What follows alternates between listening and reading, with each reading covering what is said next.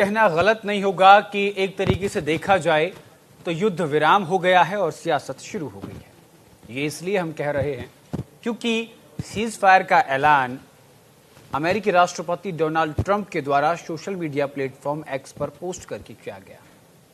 इसको कूटनीतिक दृष्टि से कहीं ना कहीं ये कह सकते हैं कि डोनाल्ड ट्रंप ने वैश्विक स्तर पर एक माइलेज लिया है, यानी कि प्रधानमंत्री नरेंद्र मोदी की बढ़ती लोकप्रियता के बीच अमेरिकी राष्ट्रपति डोनाल्ड ट्रंप ने यह दिखाने का प्रयास किया है कि आज भी अमेरिका वैश्विक महाशक्ति है। भारत के साथ वो पाकिस्तान और भारत के बीच में उसने हस्तक्षेप किया और सीज फायर हो गया। अब इसको लेकर सियासत जमकर हो रही है।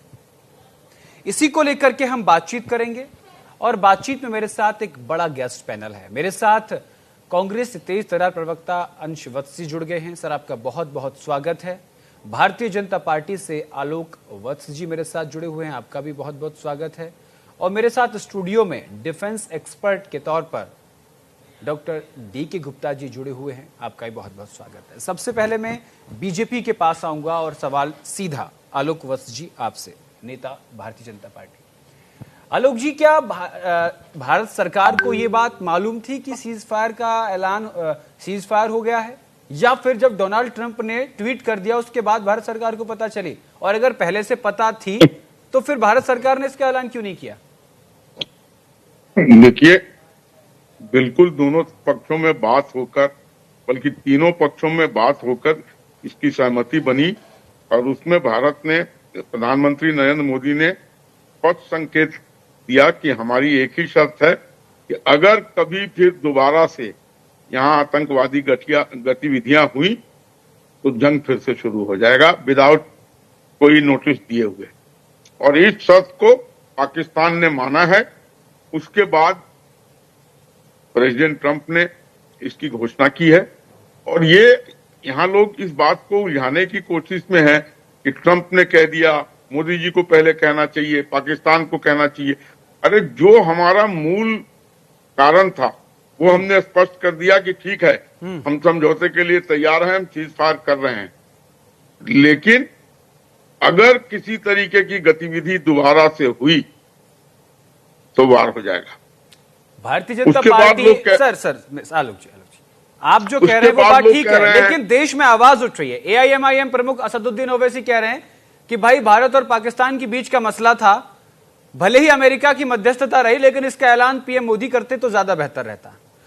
कांग्रेस के नेता पवन खेड़ा का बयान, मैं बयान कोट कर रहा हूं। पवन खेड़ा कह रहे हैं कि मुझे अमेरिका के राष्ट्रपति डोनाल्ड ट्रंप का ट्वीट पढ़ के पता चली।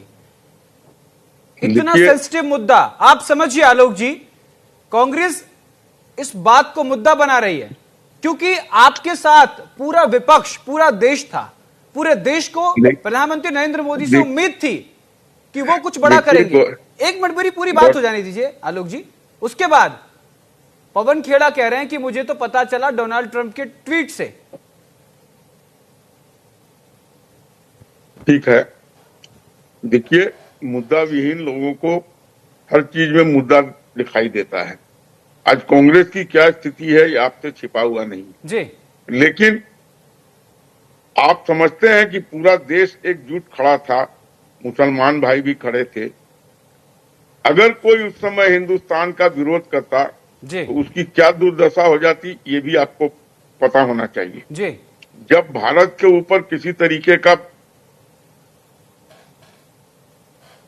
ये होता है कि जब उसके लिए उसकी सुरक्षा पर सवाल उठता है तो पूरा देश एक हो जाता है। उस समय राजनीति नहीं देखी जाती है, पार्टी नहीं देखी जाती है, जाति नहीं देखी जाती है, धर्म नहीं देखी जाती है जी। और इसका बहुत ही सुंदर उदाहरण देश के नागरिकों ने दिया, हर धर्म हर जाति के लोगों ने दिया। और नरेंद्र मोदी जी ने, देखिए, जो बात आप कह रहे हैं सुनने में अच्छी लग रही है और सच्चाई भी है ये जो आप कह रहे हैं, लेकिन एक सवाल उठ रहा है देश में, एक सवाल उठ रहा है। भारतीय जनता पार्टी और उसकी केंद्र की सरकार, भारत सरकार की आतंकवाद के खिलाफ जीरो टॉलरेंस की नीति है जो सभी को दिखाई देती है। इसमें कोई दो राय नहीं है कि भारत आतंकवाद को किसी भी स्तर पर बर्दाश्त नहीं कर सकता, लेकिन प्रश्न चिन्ह खड़ा कर दिया है अमेरिका के बयान ने। तो क्या कहीं ना कहीं भारत सरकार को, बीजेपी को नहीं लगता है कि भाई ये जिस तरीके से अमेरिका का बयान है, ये भारत की जीरो आतंकवाद के खिलाफ जीरो टॉलरेंस नीति पर एक बड़ा सवाल है। किस तरीके से बड़ा सवाल इसको आप मानते हैं? और क्या मध्यस्थता नहीं होती है? पूर्व में भी देशों में लड़ाई हुई, आज भी यूक्रेन और रशिया के बीच की लड़ाई की मध्यस्थता अमेरिका कर रहा है। लेकिन आपने देखा यूक्रेन के राष्ट्रपति अमेरिका गए और जो भी बात हुई, जो भी अपने देश को संबोधित करने वाली बात है, देश के लिए फैसले लेने की बात है, देश को प्रतिनिधित्व करने की बात, वो यूक्रेन के राष्ट्रपति ने ही अपने सोशल मीडिया के जरिए, अपने बयानों के जरिए, प्रेस कॉन्फ्रेंस के जरिए कहा। अमेरिका का कोई बयान सीधा यूक्रेन के लोगों के लिए नहीं था। देखिए, अमेरिका का बयान उस समय भी, ये सब विपक्ष के सवाल है, मेरे व्यक्तिगत सवाल नहीं है। नहीं, मैं आपका व्यक्तिगत सवाल मान भी नहीं रहा हूं जी, लेकिन विपक्ष के लोगों को आदत है कि चीजों से चीजें निकालना। अंश वत्सी, मैं आपके पास आऊंगा। अंश जी, आलोक वत्स जी साफ इल्जाम लगा रहे हैं कि भैया विपक्ष को तो कोई ना कोई मुद्दा चाहिए। अब कुछ नहीं मिला, क्योंकि जब देश एकजुट था, देश एक साथ खड़ा हुआ था, ऐसे में अगर देश के साथ विपक्ष अगर सियासत करता तो क्या स्थिति होती, वो किसी छिपी हुई नहीं रहती। लेकिन अब जब युद्ध विराम हो गया है तो अमेरिका को लेकर अब कांग्रेस ने सियासत शुरू कर दी है। कहां तक वाजिब है? मैं अंश जी आपसे पूछना चाहता हूं। भाई आलोक जी का सवाल जो है वो सीधा है, जवाब भी सीधा है। वो कह रहे हैं कि अगर अमेरिका ने ही घोषणा कर दी तो क्या गलत बात हो गई? फिलहाल युद्ध विराम हो गया ना, अब डीजीएमओ बात करेंगे ना कल। सबसे पहले आपके सभी दर्शकों को मेरा नमस्कार और मेरे को पैनलिस्ट मेरा नमस्कार। देखिए, मैं यही कहना चाहूंगा कि आज जब यहाँ पे एकता की बात आई तो एकता में पूरा देश एकजुट जो था, इस देश की सैन्य शक्ति के साथ था, इस देश की सरकार के साथ था। तो ये देश पूरी एकजुटता के साथ यहाँ पे सरकार के साथ खड़ा हुआ था। आज मुझे अभी भी याद है, मैं देख रहा था अभी कुछ दिन पहले जब चंडीगढ़ एडमिनिस्ट्रेशन ने यहाँ पे लोगों की सहायता मांगी थी कि हमें लोगों की जरूरत है, आप लोग हमारे साथ आइए, हमारे साथ इस युद्ध में शामिल हुई। तो चंडीगढ़ के क्या विजुअल्स आए थे, वहां पे इतनी भारी तादाद में लोग बाग आए थे। तो ये जताता है कि लोगों के अंदर एक भावना है मर मिटने की, कि आप युद्ध लड़िए, आप पाकिस्तान से आतंकवाद के खिलाफ युद्ध लड़िए, हम ये देश आपके साथ है। हमारे आपको याद होगा राहुल गांधी जी और आदरणीय मल्लिकार्जुन खड़गे जी ने 22 तारीख को ही सरकार को अपना समर्थन दे दिया था कि सरकार कोई भी ठोस कदम उठाएगी, हम सरकार के साथ खड़े। तो यहाँ पे पूरी देश की जनता, इस देश का विपक्ष, इस देश की सरकार के साथ, इस देश की सैन्य शक्ति के साथ खड़ा हुआ था। अगर इस देश की यूनिटी की बात आएगी तो याद आएगा कि कांग्रेस पार्टी ने अपने सारे कार्यक्रम रद्द कर दिए थे ताकि इस देश के नेशनल इंटरेस्ट को हम आगे रख सके।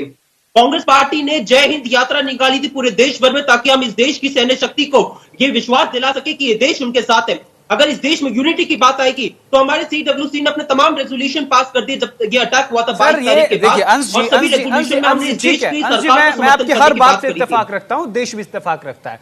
और इस वक्त देश ने पूरे विपक्ष की सराहना की है कि इस मुद्दे पर सियासत नहीं की, बल्कि सैनिकों का और भारत सरकार का मनोबल बढ़ाया। लेकिन अब यह भी तो आवाज उठ रही है कि भाई युद्ध तो विराम हो गया लेकिन सियासत शुरू हो गई है। आखिर पवन खेड़ा इस बात का क्यों मुद्दा बना रहे हैं? आखिर राहुल गांधी, जयराम रमेश सवाल क्यों खड़ा कर रहे हैं कि भाई अमेरिका से पता चला? जी हाँ, मैं जवाब दूं। क्या ये सियासत का विषय है? ये सवाल क्या वाजिब नहीं है जी कि अमेरिका कौन होता है जो देशों के बीच में? कल मैं यहाँ पे खबर देख रहा था, सभी मेरे न्यूज चैनल्स को खोल के देखा, आपके न्यूज चैनल को मैंने खोल के देखा, सभी सरकारी, मेरी सरकारी हो प्राइवेट हो, सभी को खोल के देखा। हर जगह पे हर एक व्यक्ति डोनाल्ड ट्रंप का जो ट्वीट है उसको शेयर कर रहा है।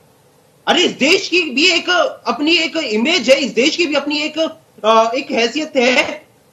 अमेरिका का ट्रंप कौन होता है, अमेरिका का राष्ट्रपति कौन होता है, यह बताने वाला कि दो देशों के बीच में सीज फायर हो रहा है। आपके चैनल ने भी अमेरिका के डोनाल्ड ट्रंप का जो ट्वीट था वही दिखा के जो है सभी बातें हो रही थी, सब चीजें नहीं, अंश जी एक मिनट। 5 बजे मैं आपको बता दूं, थोड़ा सही कर दूं, 5 बजे सीज फायर होता है, 5:30 बजे यह खबर सामने आती है, 5:30 बजे के आसपास डोनाल्ड ट्रंप का ट्वीट आता है। उसके बाद जब रक्षा मंत्रालय की प्रेस कॉन्फ्रेंस होती है तो न्यूज इंडिया एकमात्र ऐसा चैनल जो भारत सरकार के रक्षा मंत्रालय की प्रेस कॉन्फ्रेंस को कोट कर यह कह रहा था कि अब सीज फायर हो गया है। उसके परिप्रेक्ष्य में, उसके साथ में, उसके संदर्भ में डोनाल्ड ट्रंप का ट्वीट चला है कि डोनाल्ड ट्रंप ने भी इसकी घोषणा की है। तो न्यूज इंडिया 24x7 एक ऐसा चैनल है जो भारत की सरकार पर पूरा विश्वास रखता है, रक्षा मंत्रालय की प्रेस कॉन्फ्रेंस पर, पीआईबी पर पूरा भरोसा रखता है। तो आप ये बात तो नहीं कह सकते कि आपका चैनल भी डोनाल्ड ट्रंप का ट्वीट, हमने ये बताया जरूर था कि डोनाल्ड ट्रंप ने कहा, लेकिन हमने उस खबर की पुष्टि तब की तब रक्षा मंत्रालय ने प्रेस कॉन्फ्रेंस करके इसको मैं यहाँ पे पुष्टि की बात नहीं कर रहा, मैं यहाँ पे पुष्टि की बात नहीं कर रहा, मैंने ये कहा कि अमेरिका के राष्ट्रपति ने ट्रंप किया, उसके बाद सभी चैनलों ने ये दिखाया। मैंने ये नहीं कहा कि उसकी पुष्टि की कि नहीं की, मैं उसके यहाँ पे मैंने चर्चा ही नहीं करी, मैंने कहा कि सब लोगों ने एक चर्चा यहाँ पे शुरू कर दी थी। आप मेरा चैनल खोल के देख लीजिएगा, हम लोगों ने 6 बजे के बाद वो उठाया जब रक्षा मंत्रालय ने ऑफिशियल प्रेस कॉन्फ्रेंस कर दिया। आप इस बात से इनकार तो नहीं कर सकते ना कि सभी न्यूज चैनलों पे आपके, चलो चैनल को मैं छोड़ दूं, मैं अपने चैनल की जिम्मेदारी लेता हूं, बाकी मैं नहीं जानता। हाँ, मैं ये कहना चाह रहा हूं कि सभी, जब आपके चलो चैनल को साइड करके सभी चैनलों पे जब इस डोनाल्ड ट्रंप के ट्वीट को लेकर जब चर्चा हो रही है, तो क्या ये सवाल नहीं होगा कि इस देश की अस्मिता, इस देश की सोवर्जिनिटी के ऊपर क्या बात हो रही है जी। और हम यहाँ पे बात करें, यहाँ पे कांग्रेस पार्टी ने सिर्फ एक सवाल नहीं उठाया। जो पूर्व सेना अध्यक्ष थे, चाहे वो बात हो जनरल मनोज नरवानी जी की, चाहे वो बात हो जनरल वीपी मलिक जी की, सभी ने इस सीज फायर को लेकर बात किया, सभी ने अमेरिका की भूमिका को लेकर सवाल उठाए, सरकार से सवाल उठाए हैं। तो ये जो बात है, ये सिर्फ और सिर्फ अमेरिका के जो ट्वीट को लेकर बात है, डोनाल्ड ट्रंप के ट्वीट को लेकर बात है, सिर्फ कांग्रेस पार्टी ने सवाल नहीं उठाए, ये बल्कि पूर्व सेना अध्यक्षों ने भी बात उठाई। तो क्या ये कहा जाए कि ये भारतीय जनता पार्टी पूर्व सेना अध्यक्षों की देशभक्ति पे भी सवाल उठा रही है? ये सवाल फिर पूछा जाएगा फिर भारतीय जनता पार्टी से।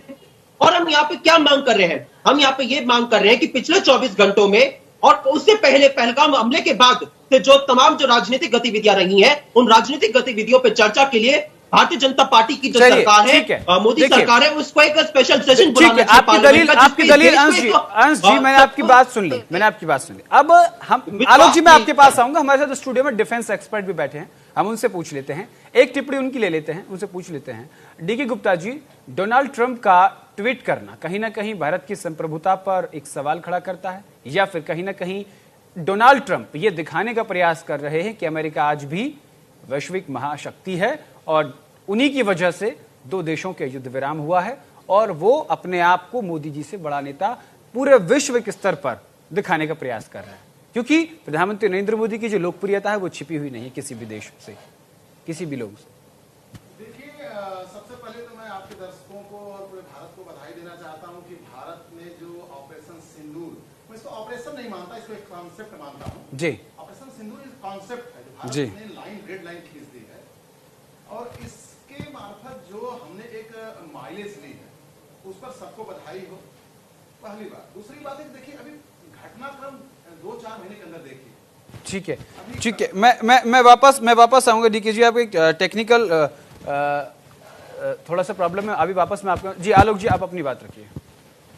देखिए, अभी अंश जी कह रहे थे कि कांग्रेस के खरगे साहब और राहुल गांधी ने 22 तारीख को ही ऐलान कर दिया था कि हम आपके साथ खड़े हैं जी। अच्छी बात, उसकी प्रशंसा करता हूं, उनके लीडरशिप को धन्यवाद भी देता हूं जी। लेकिन और जो इनके प्रवक्ता नहीं, जो और इनके बड़े नेता थे, सिद्धारमैया जी, फिर उसके बाद एक और नेता है, मैं उनका नाम अभी भूल रहा हूं, उन्होंने जो बातें कही और कांग्रेस पार्टी को ऑफिशियली ये बयान देना पड़ा। हाँ, वो चन्नी साहब ने जो बयान दिया, जो मेंबर पार्लियामेंट है, पूर्व मुख्यमंत्री थे पंजाब के, कि सिर्फ राहुल गांधी और खरगे जी के बयान को आधिकारिक बयान माना जाए और सब बयान बेकार है। ये ऐसा क्यों कहना पड़ा, जरा इसका भी जवाब दे दे। और आज ट्रंप भारत का दोस्त है, भारत से रिश्ते बहुत खराब थे अमेरिका के, और रशिया भी दोस्त है। अगर ट्रंप जी ने कोई कदम उठाकर युद्ध को समाप्त करने की कोई कवायद की है, तो इसका तो स्वागत होना चाहिए। कोई भी आदमी नहीं चाहेगा कि हम युद्ध करें। हमारी जो शर्तें थी हमने बता दी कि अगर दोबारा से आतंकवादी गतिविधि हुई तो हम छोड़ेंगे नहीं। और अभी डिफेंस एक्सपर्ट ने भी इस बात को कबूला कि 9 जगह जहां उनकी आतंकवादी गतिविधियां चल रही थी, उन ठिकानों को भारत के वायुसेना के जाबाज लोगों ने ध्वस्त कर दिया और वहां पर उसको अचूक निशाना के साथ उसको बिल्कुल नेस्त नाबूद कर दिया। तो यही तो हम चाहते थे। लेकिन अब अगर इस तरीके की राजनीति शुरू हो जाएगी, उसने पहले बोला या उसको पहले बोलना चाहिए था, ये सब का कोई मतलब नहीं है। ठीक है, ठीक है। शांति हर हाल में अच्छी चीज होती है। बिल्कुल ठीक है। यह एक छोटे से ब्रेक के लिए रुकते हैं। ब्रेक के उस पार हमारे साथ defence expert doctor DK Gupta ji, Ansh Vats जी, आलोक वत्स जी हमारे साथ लगातार बने रहेंगे और हम चर्चा करेंगे कि आखिर अब भारत का अगला कदम क्या होगा। क्या भारत UNSC में जाएगा, और अगर जाएगा तो फिर पाकिस्तान को किस तरीके से बेनकाब करेगा। रुकते छोटे से ब्रेक के लिए।